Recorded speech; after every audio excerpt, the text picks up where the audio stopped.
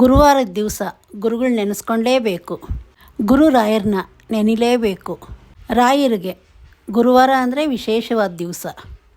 ಆ ವಿಶೇಷವಾದ ದಿನ ನಮ್ಮ ಜೀವನದಲ್ಲೂ ವಿಶೇಷತೆ ತರಬೇಕು ಅಂದರೆ ನಾವೇನು ಮಾಡಬೇಕು? ನಾನು ಅದಕ್ಕೆ ನನ್ನ ಚಾನಲು ವಿಶೇಷತೆ ತುಂಬಿರಲಿ ಅಂತೇಳಿ ಗುರುವಾರ ರಾಯರ ಬಗ್ಗೆ ಮಾತಾಡ್ತೀನಿ ಅಂತ ನಾನು ನಿಮ್ಗೆ ಹೇಳಿದ್ದು. ಆದರೂ ಒಂದೊಂದು ವಾರ ವೀಡಿಯೋ ಹಾಕೋಕ್ಕೆ ಆಗ್ತಾಯಿಲ್ಲ. ಯಾಕಂದರೆ ರಾಯರು ವಿಚಾರ ಹೇಳ್ತೀನಿ ಅಂದರೆ ನನ್ನ ಮನಸ್ಸಿಗೆ ಖುಷಿ ಕೊಡಬೇಕು.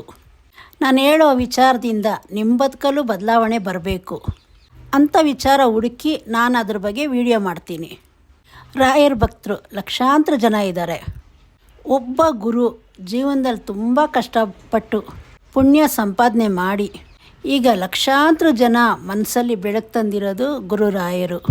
ರಾಯರು ಒಂದು ಸತಿ ನಿಮ್ಮ ಕೈ ಹಿಡಿದ್ರು ಅಂದರೆ ಆ ಬೆಳಕು ಸಾಧಾರಣವಾದ ಬೆಳಕಾಗಿರಲ್ಲ. ನಾನು ಯಾಕೆ ಈ ಮಾತು ಹೇಳ್ತಾ ಇದ್ದೀನಿ ಅಂದರೆ, ನಿಮ್ಮ ಜೀವನದಲ್ಲಿ ತುಂಬ ಕಷ್ಟ ಬಂದ ಮೇಲೆ ನೀವು ಜ್ಯೋತಿಷ ಹತ್ರ ಒಂದಲ್ಲ ಒಂದು ಸರಿ ಹೋಗೇ ಇರ್ತೀರ. ಆಗ ಅವ್ರು ಹೇಳ್ತಾರೆ ನಿಮ್ಮ ಜಾತಕದಲ್ಲಿ ಹಂಗಿದೆ ಹಿಂಗಿದೆ ಅಂದ್ಬಿಟ್ಟು ಹೇಳ್ತಾರೆ. ಅದೇ ನಿಮ್ಮ ಜಾತಕದಲ್ಲಿ ಗುರು ಬಂತು ಅಂದರೆ ಆ ಬಲ ಯಾವ ರೀತಿ ಇರುತ್ತೆ ಅಂದ್ಬಿಟ್ಟು ಎಲ್ರಿಗೂ ಗೊತ್ತು. ತುಂಬ ವರ್ಷದಿಂದ ಆಗದೇ ಇರೋ ಕೆಲಸ ಆಗ ತಾನಾಗೇ ಆಗ್ತಾ ಹೋಗುತ್ತೆ. ನಿಮ್ಮ ಜೀವನ ದಿಕ್ಕೇ ಬದಲಾಯಿಸುತ್ತೆ. ನಿಮ್ಮ ಜೀವನದಲ್ಲಿ ಎಲ್ಲ ದಾರಿನೂ ಮುಚ್ಚೋಗಿರುತ್ತೆ. ಈ ಬಲ ನಿಮಗೆ ಯಾವ ರೀತಿ ಬಲ ಕೊಡುತ್ತೆ ಅಂದರೆ, ಮುಚ್ಚಿರೋ ದಾರಿಯೆಲ್ಲ ತಾನೇ ತೆಕ್ಕೊಳ್ತಾ ಹೋಗುತ್ತೆ. ಅಂಥ ಬೆಳಕು ನಿಮ್ಮ ಜೀವನದಲ್ಲಿ ಬರಬೇಕು ಅಂದರೆ ಈ ವಿಶೇಷವಾದ ದಿನಾನ ನೀವು ಗುರುಗಳಿಗೆ ಅರ್ಪಿಸಬೇಕು. ನೋಡಿ, ಗುರುವಾರ ಹೆಸರಲ್ಲೇ ಇದೆ. ವಾರದಲ್ಲಿ 7 ದಿನ. ಆ ವಾರದಲ್ಲಿ ಒಂದು ದಿನ ಗುರುಗಳ ವಾರ, ಅದೇ ಗುರುವಾರ. ಈ ಒಂದು ದಿನ ನೀವು ರಾಯರಿಗೋಸ್ಕರ ಏನು ಮಾಡಬೇಕು ಅಂದರೆ, ತುಂಬ ಜನ ಮಂತ್ರಾಲಯಕ್ಕೆ ಹೋಗಿ ಬಂದಮೇಲೆ ಆ ವಿಶೇಷವಾದ ದಿನ ಗುರುವಾರ ನಾನ್ ವೆಜ್ ಬಿಡ್ತಾರೆ. ನೀವು ಹೋಗಿ ಬನ್ನಿ. ನೀವು ರಾಯರ ಭಕ್ತರಾಗಿದ್ದರೆ ಆ ದಿನ ನಾನ್ ವೆಜ್ ತಿನ್ನಬೇಡಿ. ನಾನು ಆ ವಿಶೇಷವಾದ ದಿನ ನಾನ್ ವೆಜ್ ತಿನ್ನೋದು ಬಿಟ್ಟಿದ್ದೀನಿ. ಯಾಕಂದರೆ ನಾನು ಅದ್ರ ಬಗ್ಗೆ ಮಾತಾಡ್ತಾ ಇದ್ದೀನಿ ಅಂದರೆ ನಾನು ಅದನ್ನು ಪಾಲಿಸ್ಬೇಕು. ನನ್ನ ಜೀವನದಲ್ಲೂ ಅದು ಅನುಭವ ಆಗಿರಬೇಕು. ನಾನು ಆ ಕೆಲಸ ಮಾಡಿ ನನ್ನ ಜೀವನದಲ್ಲಿ ಆಗಿರೋ ಬದಲಾವಣೆ ನಾನು ನಿಮ್ಮ ಜೊತೆ ಹಂಚ್ಕೊಳ್ತೀನಿ. ಯಾಕಂದರೆ ಆ ಬದಲಾವಣೆ ನಿಮ್ಮ ಜೀವನದಲ್ಲೂ ಆಗಲಿ ಅಂದ್ಬಿಟ್ಟು. ಮತ್ತು ಪ್ರತಿ ಗುರುವಾರ ನೀವು ಸ್ನಾನ ಮಾಡಿ ರಾಯರ ಪೂಜೆ ಮಾಡಿ. ಆ ದಿನ ಮನೆ ನೀವು ಯಾವ ರೀತಿ ಇಕ್ಕಿರಬೇಕು ಅಂದರೆ, ನಿಮ್ಮ ಮನೆ ಸ್ವಚ್ಛವಾಗಿರಬೇಕು. ಆ ದಿನ ನಿಮ್ಮ ಮನೇಲಿ ದೀಪ ಉರಿಬೇಕು. ಮತ್ತು ಧೂಪದ್ದು ಸುವಾಸನೆ ಮನೆಯೆಲ್ಲ ಹರಡಬೇಕು. ಪೂಜೆ ಮಾಡಿ ರಾಯರ ಜಪ ಮಾಡಿ ಮತ್ತು ರಾಯರ ಮಂತ್ರನ ಮನೆಯಲ್ಲಿ ಹಾಕಿ. ಈ ರೀತಿ ಮಾಡಿ ಗುರುವಾರ ನಿಮ್ಮ ಜೀವನದಲ್ಲೂ ವಿಶೇಷವಾದ ದಿನ ಮಾಡ್ಕೊಳ್ಳಿ. ರಾಯರು ಭಕ್ತಿಗೆ ಬೇಗ ಸ್ಪಂದಿಸ್ತಾರೆ.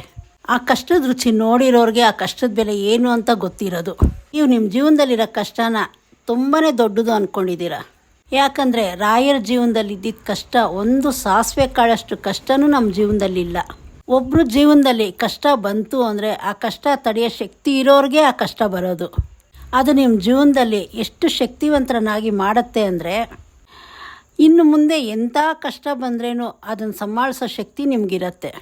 ಯಾರಾದರೂ ಜೀವನದಲ್ಲಿ ಕಷ್ಟನೇ ನೋಡದೇ ಇರೋರು ಒಂದು ಕಷ್ಟ ಒಂದೇ ಸಲ ಬಂತು ಅಂದರೆ ಅದನ್ನು ತಡೆಯೋ ಶಕ್ತಿ ಅವ್ರಿಗಿರಲ್ಲ.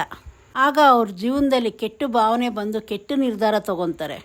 ಒಂದು ಕಷ್ಟ ಬಂತು ಅಂದರೆ ಅವ್ರ ಬಲ ಏನು ಅಂತ ಅವ್ರಿಗೆ ಗೊತ್ತಾಗತ್ತೆ.